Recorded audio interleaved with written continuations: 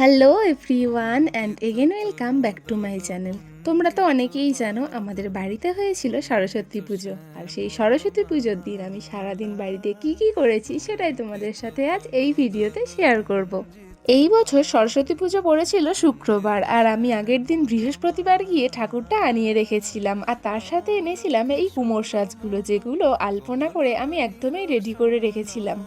জানো তো, কিছু বছর আগে কিন্তু আমাদের বাড়িতে সরস্বতী পুজো হতো না। যেহেতু এই 3 বছর আমি বাড়িতে কিছু স্টুডেন্ট পড়িয়ে থাকি, তাই এই 3 বছরই আমি বাড়িতে সরস্বতী মায়ের পুজো করে থাকি।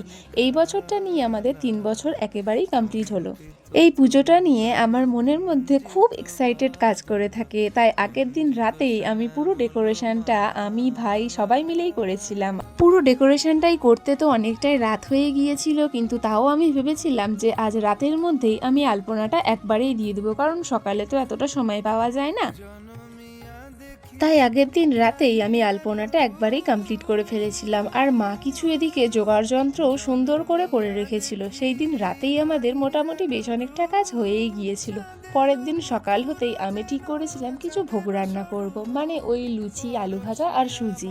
যেহেতু পুজোটা আমি বেশি একটু লাফালাফি করি, তাই মা আমাকে বলেছিল, তোর যেহেতু পুজো তুই নিজে হাতেই রান্না কর, যেমন হবে তেমনই হবে।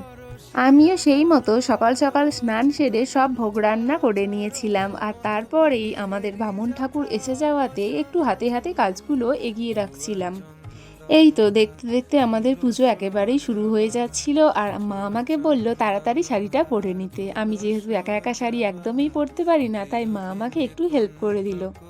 খুব তাড়াহুড়োর মধ্যেই আমি শাড়িটা একবারেই পরে নিয়েছিলাম, কারণ আমাদের বামুন ঠাকুর এসে যাওয়াতে খুব তাড়াহুড়ো করছিল। আর এটাই ছিল আমার আউটফিট সরস্বতী পুজো। এই তো পুজো এদিকে একেবারেই শুরু হয়ে গেছে, আর মা আমাকে দায়িত্ব দিয়েছিল এই ফলগুলো কাটার। আমি সেই মতোই সব ফলগুলোকে কেটে ফেলেছিলাম, আর বামুন ঠাকুরও এদিকে পুজোর জোগাড় যন্ত্র একেবারেই হয়ে এসেছিল। তারপরে হলো এই ঘর ডুবানো। একে একে পাড়ার কাকিমা বোনেরা সবাই তো এসে গিয়েছিল আমাদের বাড়িতে, সবাই মিলে অঞ্জলি দেওয়া হলো। আর তারপরেই হয়েছিল এই হোম। যেহেতু ঠাকুর শোবার কাজটা আমার ওপরেই ছিল, তাই আমাকে সবসময় এই হোমের কাছে বসে থাকতে হয়েছিল, কারণ এখানে যে নারকেলটা দেওয়া হবে সেটা আমার মাথায় ঠেকিয়েই দেওয়া হতো। এই তো পুজো এদিকে একেবারেই শেষের পথে, আর সবার লাস্টে আমি অঞ্জলি দিলাম, আর সবার সে চরণামৃত খেয়ে আমি আমার উপোসটা ভঙ্গ করলাম। আজ পর্যন্ত এতটাই। এভাবেই কাটলো সরস্বতী পুজো।